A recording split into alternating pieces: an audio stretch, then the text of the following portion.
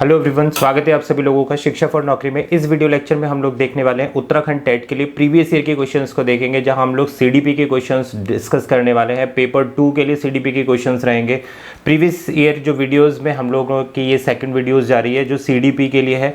CDP 2021 के paper को हम डिस्कस कर रहे हैं। पेपर 2 काफ़ी इंपॉर्टेंट पेपर है भाई, यहाँ से काफ़ी सारे कॉन्सेप्ट क्लियर हो रहे हैं। प्रीवियस वीडियो आपने नहीं देखी है जिसमें हमने 15 क्वेश्चंस ऑलरेडी डिस्कस कर लिए हैं। वीडियो के डिस्क्रिप्शन में आपको लिंक मिल जाएगा, टेलीग्राम पर आपको वीडियो मिल जाएगी, तो मेक श्योर आप टेलीग्राम को कनेक्ट कर लें। डिस्क्रिप्शन में सारे लिंक दिए हैं, वेबसाइट भी देख सकते हैं। स्टार्ट करते हैं अपनी आज की वीडियो, जिसमें हम 16 से लेकर 30 तक के क्वेश्चन सीडीपी के प्रीवियस ईयर के डिस्कस करने वाले हैं। भाई यूटेट की ये सीरीज़ में इन क्वेश्चंस को मिस मत करना, क्योंकि यहाँ से आपको लेवल पता चल रहा है, टॉपिक पता चल रहा है, और जो हम सीडीपी की प्रिपरेशन कर रहे हैं उसकी तैयारी भी हो रही है यहाँ से। क्वेश्चन नंबर 16 बोलता है, response that lead to organism to get rid of painful stimuli और avoid and escape from them provide which type of reinforcement से यहाँ पर आपका क्वेश्चन दिया गया। और रेनफोर्समेंट की जो थ्योरी है वो मैं आपको बता चुका हूँ, समझा चुका हूँ। क्या होता है धनात्मक पुनर्बलन, ऋणात्मक पुनर्बलन, या फिर विलंबित पुनर्बलन, या आंशिक प्रबलन।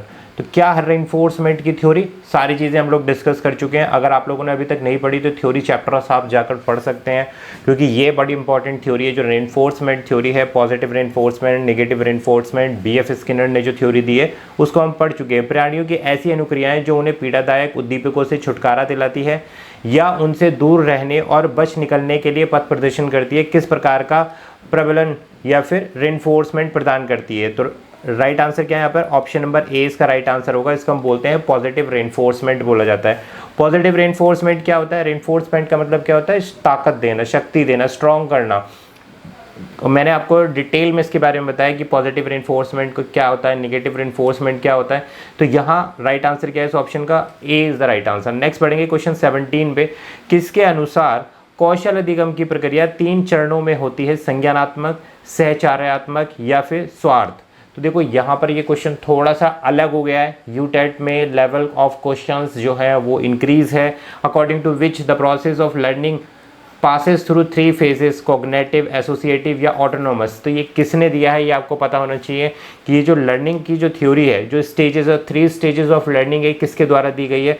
फिट्स के द्वारा दी गई है, टॉलमैन के द्वारा दी गई है, बेंड्यूरा या कोहलबर्ग।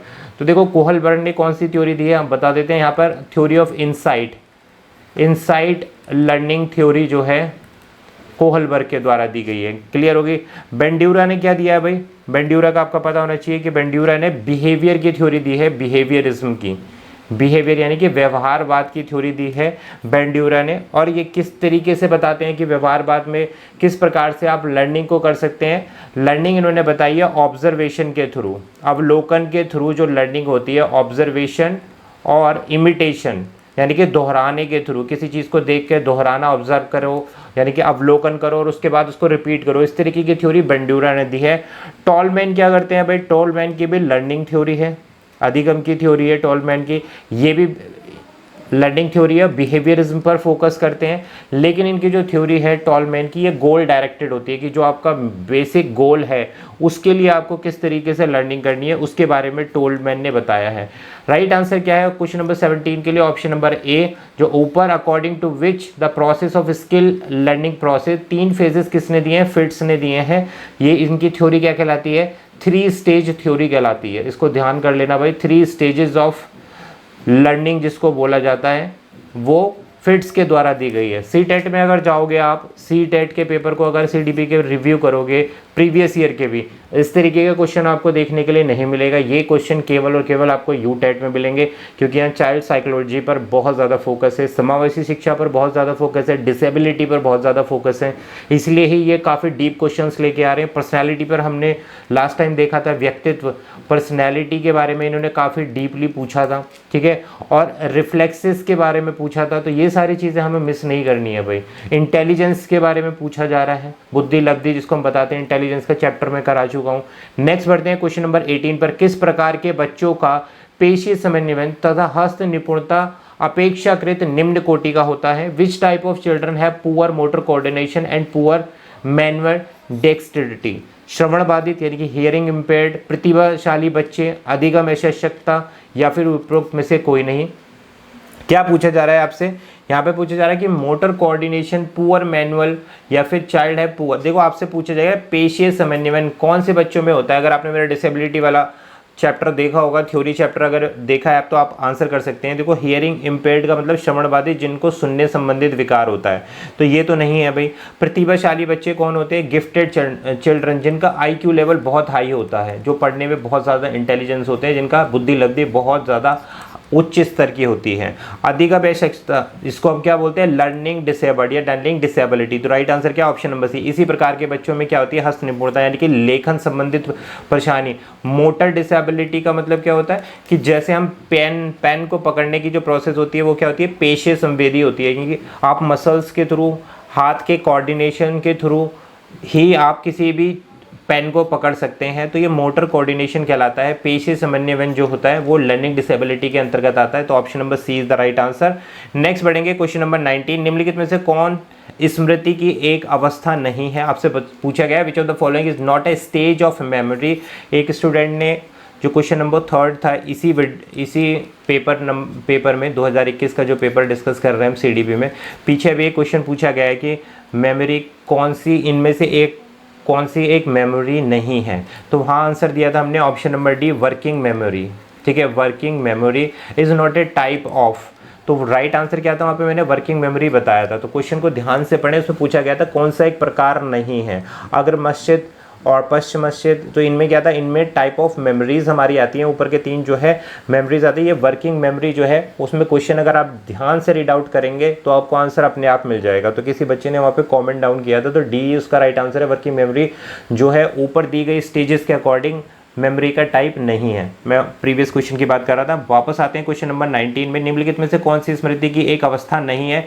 तो एनकोडिंग करना, स्टोरेज करना, रिट्राइवल करना या फिर अटेंशन करना। तो जो एक स्टेज नहीं है, निम्नलिखित में से कौन सी स्मृति की एक जो अवस्था नहीं है वो क्या है? Option number D is the right answer. स्मृति की एक अवस्था अवधान नहीं है। अवधान बोले तो अटेंशन लगाना, अटेंशन किसी चीज पर ध्यान केंद्रित करना, वो एक अवस्था नहीं है स्मृति की। देखो स्मृति के अंतर्गत क्या क्या आता है? भंडारण, यानी कि आप स्टोरेज करते हो, जो आप अभी पढ़ रहे हो वो क्या हो रहा है? अगर आप समझ रहे हो तो वो स्टोर हो रहा है। ठीक है, भंडारण हो रहा है उसका। फिर अगर आप उस भंडारण से अपने ज्ञान को, जब आपसे क्वेश्चन पूछा जाएगा तो जो स्मृति वहाँ स्टोर्ड है वहाँ से आप लेके आएंगे आंसर, तो वो क्या कहला रहा है? आपका रिट्राइवल प्रोसेस कहला रहा है। दूसरा होता है एनकोडिंग। एनकोडिंग का मतलब क्या होता है? जब आप प्रोसेस करते हो किसी भी चीज़ को, सोचने समझते हो, यानी कि जो स्मृति है आपके, वहाँ से आप चीज़ों को निकाल के लेके आते हो तो वो एनकोडिंग कहलाता है। या फिर आप वहाँ पर पहुँचा रहे हो तो वो भी एनकोडिंग कहला रहा है। क्लियर हो गई बात? तो option number D is the right answer. Attention जो है एक स्टेज नहीं है, एक अवस्था नहीं है स्मृति की। नेक्स्ट बढ़ते हैं क्वेश्चन नंबर 20। काफी आसान क्वेश्चन है। सामान्य से विशिष्ट की ओर किस प्रकार की तर्कना कहलाती है? The reasoning from general to particular. ये भाई आपसे कई बार पूछा गया है, विज्ञान में भी पूछा जाता है, इस तरीके का प्रश्न साइंस में बहुत ज़्यादा पूछा जाता है। CDP में भी इन्होंने डाल दिया। इसको हम इंडक्टिव रीजनिंग बोलते हैं, डिडक्टिव यानी कि आज्ञानात्मक तर्कना बोलते हैं, निगनात्मक बोलते हैं, एनालॉजिकल बोलते हैं या फिर सृजनात्मक बोलते हैं। तो देखो सामान्य से जब हम विशिष्ट की ओर चलेंगे तो उसको हम बोलते हैं deductive reasoning. Option number B is the right answer. इसको हम बोलते हैं निगनात्मक तर्कना कहलाती है। 20 के लिए बी राइट आंसर है। और विशिष्ट से जब हम सामान्य की ओर चलते हैं तो क्या कहलाता है? इंडक्टिव रीजनिंग, आगात्मक। ठीक है, 2 प्रकार की रीजनिंग होती है यहाँ पर, इंडक्टिव रीजनिंग और deductive reasoning. Option number B is the right answer. Question number 21। किस प्रकार के चिंतन योग्यताओं के अंतर्गत सामान्यतः चिंतन प्रवाह, लचीलापन, मौलिकता एवं विस्तारण आते हैं? Which type of thinking abilities generally include fluency, flexibility and originality and elaboration? पार्श्वी चिंतन उसको बोलते हैं, ऊर्ध्वर चिंतन बोलते हैं, अपसारी चिंतन बोलते हैं या फिर अपसारी चिंतन बोलते हैं? तो राइट आंसर क्या है यहाँ पर? 21 के लिए right answer option number D. इसको हम बोल रहे हैं अपसारी चिंतन यानी कि डाइवर्जेंट थिंकिंग। ठीक है, क्या देखो 2 प्रकार की थिंकिंग होती है, डाइवर्जेंट थिंकिंग और कन्वर्जेंट थिंकिंग। डाइवर्जेंट का मतलब क्या होता है? अलग अलग दिशाओं में सोचना। अलग अलग दिशाओं में जब आप सोचते हो तो वो क्या कहलाता है? Divergent thinking. अभी सारी चिंतन क्या होता है? जब आप एक ही दिशा में सोच रहे हैं, एक ही पॉइंट ऑफ व्यू पे आप सोच रहे हैं, तो वो अभी सारी चिंतन कहलाता है। यहाँ क्या बोला गया है? किस प्रकार की चिंतन योग्यताओं के अंतर्गत सामान्यतः चिंतन प्रभाव भी आ रहा है, लचीलापन भी आ रहा है, मौलिकता भी आ रहा है, विस्तारण भी आ रहा है, यानी कि एलॉबरेट भी कर रहे हो, फ्लुएंसी भी है, फ्लेक्सिबिलिटी भी है, तो मतलब अलग अलग दिशाओं में सोच रहे हो, डाइवर्जेंट थिंकिंग हो गई। कॉन्वर्जेंट का मतलब क्या होता है, एक जगह फोकस करना, यानी कि एक ही चीज़ पर आप जब आप सोच विचार करते हो, तो यहाँ क्या अलग अलग चीज़ों पर सोच विचार कर रहे हो। नेक्स्ट क्वेश्चन नंबर 22, फिर दोबारा से आपके पास रिपीट हो गया 2021 के पेपर में भी, अब्राहम मैस्लो से देखो, जिसको क्या है, अब्राहम मैस्लो के द्वारा आवश्यकताओं के पदानुक्रम के अनुसार निम्नलिखित में से कौन सी आवश्यकता पदानुक्रम के तल में स्थित है। कई बार पूछ लिया, हायरार्की ऑफ नीड्स से ये क्वेश्चन आपके पास आ रहा है, जो जिसमें पिरामिड बना होता है, ये आपका पिरामिड है, इसमें स्टेजेस होती हैं, 5 स्टेजेस दी हैं हायरार्की ऑफ पिरामिड्स में, कई बार आपको एक्सप्लेन कर चुका हूँ। तो सबसे नीचे कौन सी स्टेज आती है, मैं अपने लाइव सेशन में भी इस क्वेश्चन को डाल चुका हूँ। फिजियोलॉजिकल नीड आती है, यानी कि शरीर क्रियात्मक आवश्यकताएं, सेफ्टी नीड सुरक्षा की आवश्यकता है, बिलोंगिंगनेस नीड है, या एस्टीम नीड्स है। तो एस्टीम नीड्स जो है पिरामिड में सबसे ऊपर आती है। सबसे नीचे कौन सी आती है, option number A physiological needs, शरीर क्रियात्मक आवश्यकताएं जो है सबसे नीचे आती हैं। तो 22 के लिए option number A is the right answer. ये सारे स्टेप वाइज जो हायरार्की ऑफ नीड्स है, आवश्यकता किस चीज़ की आवश्यकता पहले है मनुष्य को, तो वो हायरार्की ऑफ नीड्स कहलाता है। मैस्लो, अब्राहम मैस्लो ने इस चीज़ को दिया है कि सबसे पहले आपको रोटी कपड़ा और मकान की आवश्यकता होती है, तो वो सबसे नीचे वाले लेवल पर होता है। जब इस चीज़ की प्राप्ति आपको हो जाती है, उसके बाद आप क्या देखते हैं भाई, सेफ्टी नीड्स देखते हैं कि अपनी सुरक्षा की अवस्था देखते हैं, सुरक्षा को देखते हैं। उसके बाद आपके पास बिलोंगिंग्स यानी कि लव एंड अफेक्शन को देखते हैं।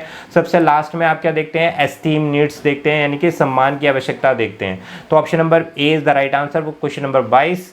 नेक्स्ट 23, निम्नलिखित में से कौन सा मनोसामाजिक अभिप्रेरणा या अभिप्रेरक की श्रेणी में नहीं आता है। Which of the following is not a psycho social motive, need of achievement, need of for affiliation, hunger motive या नीड ऑफ पावर। तो राइट आंसर क्या, ऑप्शन नंबर सी, जो भूख अभिप्रेरक है वो मनोसामाजिक अभिप्रेरक की श्रेणी में नहीं आता। बाकी सारे के सारे देखो, need of achievement, need of affection, need of power, ये क्या है, सारे के सारे मनोसामाजिक अभिप्रेरक हैं। लेकिन जो हंगर भूख लगना या भूख अभिप्रेरक है, ये मनोसामाजिक नहीं है, और यही हमसे पूछा गया, इसलिए option number C is the right answer.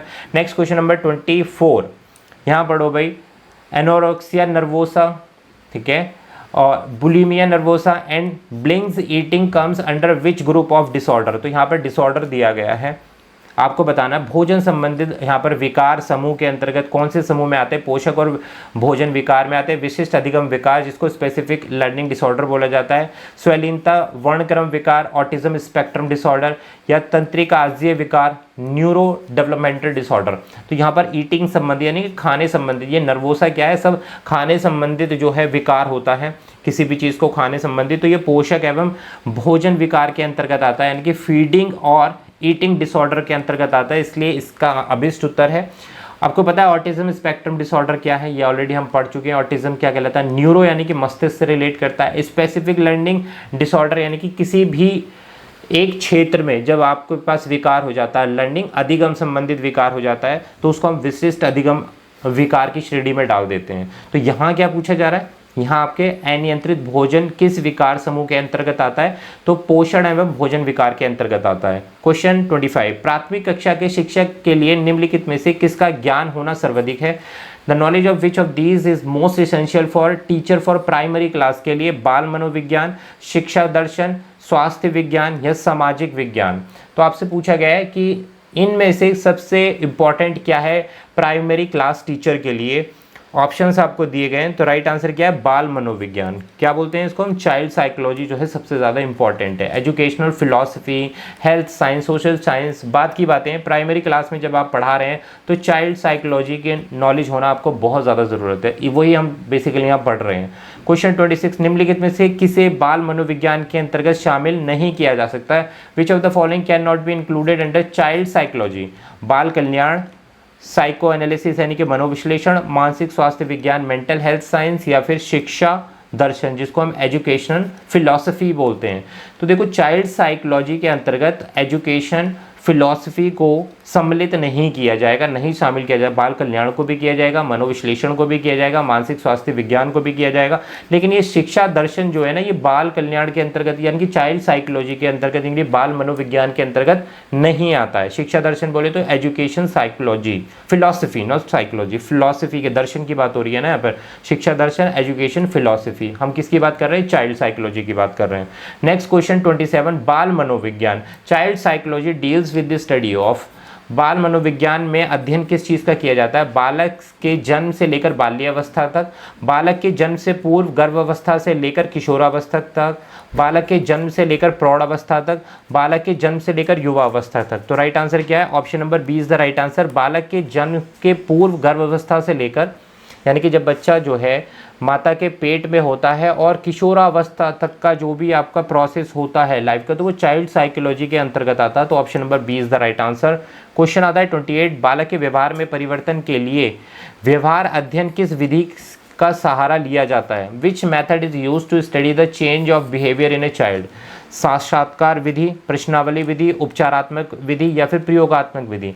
बालक के व्यवहार में परिवर्तन के लिए व्यवहार अध्ययन, चाइल्ड चेंज ऑफ बिहेवियर जो होता है चाइल्ड में, वो किसके अंतर्गत आता है, ये आपको बताना है। तो राइट आंसर है यहाँ पे, इसको बोलते हैं क्लिनिकल मेथड, उपचारात्मक विधि के अंतर्गत आता है कि आपको किसी के व्यवहार में जो भी परिवर्तन हो रहा है उसको सही करना है। तो उसमें क्लिनिकल मेथड या फिर रेमेडियल मेथड भी इसको हम बोलते हैं, उपचारात्मक शिक्षण जिसको हम बोला जाता है। ठीक है, नेक्स्ट क्वेश्चन नंबर 29, बाल अपराध की रोकथाम के लिए माता पिता को क्या करना चाहिए? भाई बच्चे को डांटना चाहिए? बिल्कुल नहीं। बच्चों को सहानुभूति एवं सकारात्मक व्यवहार करना चाहिए? बच्चे को पीटना चाहिए? जी नहीं। उपयुक्त में से कोई नहीं। तो राइट आंसर क्या है भाई? बाल अपराध की रोकथाम के लिए माता पिता को बच्चों से सहानुभूति होनी चाहिए और सकारात्मक व्यवहार दर्शाना चाहिए बच्चे के प्रति, तो तभी आप बच्चे के बिहेवियर में बच्चे को सुधार कर सकते हैं। तो 29 का B is the right answer. Last question देखते हैं, कौन सी विधि एक नियंत्रित दिशा में दो घटनाओं या परिवर्तियों के मध्य कार्य कारण संबंध स्थापित करती है? प्रेक्षण विधि है, प्रायोगिक विधि है, सहसंबंधात्मक अनुसंधान है या फिर सर्वेक्षण विधि है? तो देखो इसमें से आपको पूछा गया which method establish cause effect relationship between two sets of event और वेरिएबल इन कंट्रोल सेटिंग? तो 30 के लिए राइट आंसर, इसको हम क्या बोलते हैं? प्रायोगिक विधि कहला जाता है, जिसको एक्सपेरिमेंटल मेथड बोला जाता है। एक्सपेरिमेंट के थ्रू आप कर सकते हैं एस्टेब्लिश दो घटनाओं के बीच में टू स्टेजेस रिलेशनशिप किस तरीके से एक्सपेरिमेंट करके आप प्रदर्शित कर सकते हैं प्रायोगिक विधि के माध्यम से। तो B is the right answer. तो ये थे हमारे पास सीडीपी के प्रीवियस ईयर के क्वेश्चन 2021 के पेपर को हमने डिस्कस किया है। 2 वीडियोस में हमने इन क्वेश्चंस को डिस्कस किया है। प्रीवियस वीडियो आपको देखनी है, लिंक ऊपर आई सेक्शन में वीडियो के डिस्क्रिप्शन में मिल जाएगा। क्वेश्चंस का लेवल आप चेकआउट कर सकते हैं, कौन कौन से इंपॉर्टेंट पॉइंट्स हम डिस्कस कर रहे हैं सीडीपी में। आप सारी वीडियोस चेकआउट करो जाकर, आपको काफ़ी हेल्प मिलेगी और काफ़ी सारे टॉपिक्स थ्योरी में मैं कवर अप कर रहा हूं। तो चैनल पर नए हो तो सब्सक्राइब कर लेना। मिलेंगे आपसे एक और नई क्लास में। Thank you for watching.